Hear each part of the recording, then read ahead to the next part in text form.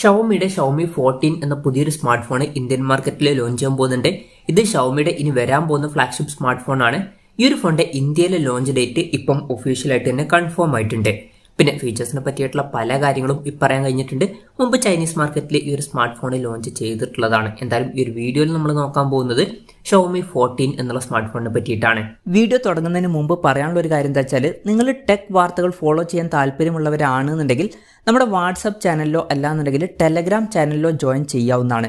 താഴെ ഡിസ്ക്രിപ്ഷനിലും അതുപോലെ തന്നെ കമന്റ് ബോക്സിലും നമ്മുടെ വാട്സപ്പ് ചാനലിന്റെയും അതുപോലെ തന്നെ ടെലഗ്രാം ചാനലിന്റെയൊക്കെ ലിങ്കും കാര്യങ്ങളൊക്കെ കൊടുക്കുന്നുണ്ട്.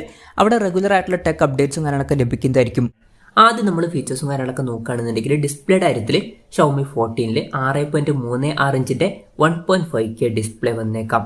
അപ്പോൾ ഇതിൽ ഫുൾ HD റെസൊല്യൂഷനേക്കാളും ബെറ്റർ ആയിട്ടുള്ള ഒരു റെസൊല്യൂഷനും കാര്യങ്ങളൊക്കെ വരുന്നതായിരിക്കും. അതുപോലെ തന്നെ ഭയങ്കര വലിയൊരു ഡിസ്പ്ലേ സൈസും കാര്യങ്ങളൊന്നും ഇതിൽ വരില്ല. AMOLED ഡിസ്പ്ലേ ആയിരിക്കും ഈ ഫോണിൽ വരിക. LTPO എന്നുള്ള ഫീച്ചറും ഇതിൽ സപ്പോർട്ട് ചെയ്യുന്നതായിരിക്കും. അതായത് റിഫ്രഷ് റേറ്റ് 1 ഹെർട്സിന്റെയും 120 ഹെർട്സിന്റെയും ഇടയിലായിട്ട് അഡ്ജസ്റ്റ് ചെയ്യാൻ കഴിയുന്നതായിരിക്കും. ഇതിൽ മാക്സിമം 120 ഹെർട്സിന്റെ റിഫ്രഷ് റേറ്റ് ആയിരിക്കും സപ്പോർട്ട് ചെയ്യുക. പിന്നെ ഇതിൽ ഫ്ലാറ്റ് ആയിട്ടുള്ള ഡിസ്പ്ലേയും കാര്യങ്ങളൊക്കെ ആയിരിക്കും വരിക. പഞ്ചോൾ ഡിസൈൻ വരുന്നതായിരിക്കും. പഞ്ചോൾ വരിക ടോപ്പ് സെന്റർ ഭാഗത്തായിട്ടായിരിക്കും.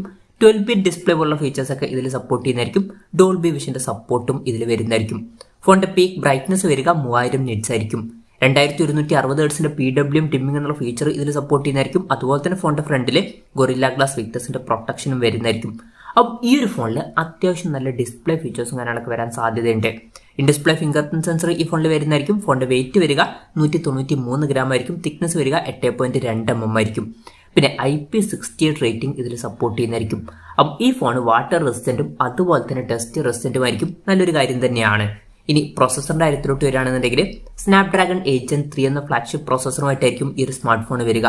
ഇത് സ്നാപ്ഡ്രാഗണിന്റെ ഏറ്റവും ലേറ്റസ്റ്റ് ആയിട്ടുള്ള ഫ്ലാഗ്ഷിപ്പ് പ്രോസസറാണ്. അപ്പം ബെസ്റ്റ് ആയിട്ടുള്ള പെർഫോമൻസും കാര്യങ്ങളൊക്കെ ഇതിൽ വരേണ്ടതാണ്. 5G സപ്പോർട്ടും കാര്യങ്ങളൊക്കെ ഇതിൽ വരുന്നതായിരിക്കും. ഈ ഒരു ഫോണിൽ 16 GB റാം വരെയും അതുപോലെ തന്നെ 1 TB ഇന്റേണൽ വരെയും വന്നേക്കാം. LPDDR5Xന്റെ റാമും UFS 4.0 സ്റ്റോറേജ് ടൈപ്പും ഇതിൽ വരുന്നതായിരിക്കും. പിന്നെ മെമ്മറി എക്സ്പാൻഡ് ചെയ്യണമെന്നുണ്ടെങ്കിൽ മെമ്മറി കാർഡ് സ്ലോട്ട് ഇതിൽ വരാൻ ചാൻസ് ഇല്ല. പിന്നെ ഫോൺ വെട്ടം നീറ്റാതിരിക്കാൻ വേണ്ടിയിട്ട് കൂളിംഗ് സിസ്റ്റവും കാര്യങ്ങളൊക്കെ ഈ ഫോണിൽ വരുന്നതായിരിക്കും. IR ബ്ലാസ്റ്റർ എന്നുള്ള ഫീച്ചർ ഈ ഫോണിൽ വന്നേക്കാം. അപ്പം ഈ ഫോൺ റിമോട്ടൊക്കെ ആയിട്ട് യൂസ് ചെയ്യാൻ കഴിയുന്നതായിരിക്കും. പിന്നെ NFC എന്നുള്ള ഫീച്ചർ ഇതിൽ സപ്പോർട്ട് ചെയ്യുന്നതായിരിക്കും. സ്റ്റീരിയോ സ്പീക്കേഴ്സും കാര്യങ്ങളൊക്കെ ഈ ഫോണിൽ വരും. ഡോൾബി അറ്റ്മോസിന്റെ സൗണ്ടും ഇതിൽ സപ്പോർട്ട് ചെയ്യുന്നതായിരിക്കും. Android 14 ബേസ് ആയിട്ടുള്ള HyperOS സോഫ്റ്റ്വെയറുമായിട്ടായിരിക്കും ഈ ഒരു സ്മാർട്ട് ഫോൺ വരിക. ക്യാമറയുടെ കാര്യത്തിലോട്ട് വരികയാണെന്നുണ്ടെങ്കിൽ ഫോണിന്റെ പിന്നിൽ ട്രിപ്പിൾ ക്യാമറ സെറ്റപ്പ് ആയിരിക്കും വരിക. 50 മെഗാ പിക്സലിന്റെ f1.6 അപ്പേഴ്സിൽ വരുന്ന മെയിൻ ക്യാമറ സെൻസർ ഈ ഫോണിൽ വരുന്നതായിരിക്കും. ഇതിൽ OSന്റെ സപ്പോർട്ടും കാര്യങ്ങളൊക്കെ വരുന്നതായിരിക്കും. പിന്നെ 50 മെഗാ പിക്സലിന്റെ f2.2 അപ്പേഴ്സിൽ വരുന്ന അൾട്രാ വൈഡ് ആംഗിൾ ലെൻസും അതുപോലെ തന്നെ 50 മെഗാ പിക്സൽ ഒരു ടെലിഫോട്ടോ ലെൻസും ഈ ഫോണിൽ വന്നേക്കാം. ഫ്രണ്ടിൽ 32 മെഗാ പിക്സലിന്റെ സെൽഫി ക്യാമറ വരാനാണ് സാധ്യത. ഓൺ പേപ്പർ അത്യാവശ്യം നല്ലൊരു ക്യാമറ സ്പെസിഫിക്കേഷനും കാര്യങ്ങളൊക്കെ ഈ ഫോണിൽ വന്നേക്കാം. ബാറ്ററിയുടെ കാര്യത്തിൽ 4610 mAh ബാറ്ററിയുമായിട്ടായിരിക്കും ഈ ഒരു സ്മാർട്ട് ഫോൺ വരിക. 90 വാട്ടിന്റെ ഫാസ്റ്റ് ചാർജ് സപ്പോർട്ട് ഇതിൽ വരുന്നതായിരിക്കും. അതുപോലെ തന്നെ എടുത്തു പറയേണ്ട ഒരു കാര്യം 50 വാട്ടിന്റെ വയർലെസ് ചാർജിങ് സപ്പോർട്ടും ഇതിൽ വന്നേക്കാം.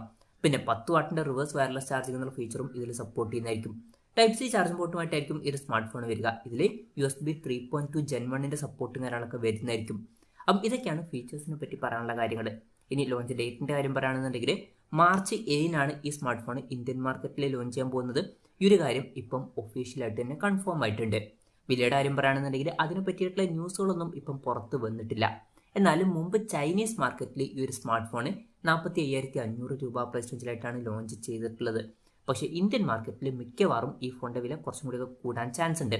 അപ്പം നമ്മുടെ എക്സ്പെക്ടേഷൻ പറയുകയാണെന്നുണ്ടെങ്കിൽ ഒരു 55,000 to 60,000 രൂപ പ്രൈസ് റേഞ്ചിലായിട്ട് ഈ ഫോൺ നമുക്ക് ഇന്ത്യൻ മാർക്കറ്റിൽ എക്സ്പെക്ട് ചെയ്യാവുന്നതാണ്. കൺഫർമേഷൻസ് ഒന്നുമില്ല, ജസ്റ്റ് നമ്മുടെ എക്സ്പെക്ടേഷൻ പറഞ്ഞു എന്നേ ഉള്ളൂ. എന്തായാലും ഷവോമിയുടെ ഷവോമി 14 എന്ന പുതിയൊരു സ്മാർട്ട് ഫോൺ ഇന്ത്യൻ മാർക്കറ്റിൽ ലോഞ്ച് ചെയ്യാൻ പോകുന്നുണ്ട്. ഈ ഒരു ഫോണിനെ പറ്റിയിട്ടുള്ള നിങ്ങളുടെ അഭിപ്രായം ജസ്റ്റ് ഒന്ന് കമന്റ് ചെയ്യുക. അതുപോലെ തന്നെ ഈ ഒരു സ്മാർട്ട് ഫോൺ ഇന്ത്യൻ മാർക്കറ്റിൽ നിങ്ങൾ ഏത് പ്രൈസിങ്ങിലാണ് എക്സ്പെക്ട് ചെയ്യുന്നത് എന്നുള്ള കാര്യം കൂടി ജസ്റ്റ് ഒന്ന് കമന്റ് ചെയ്യുക.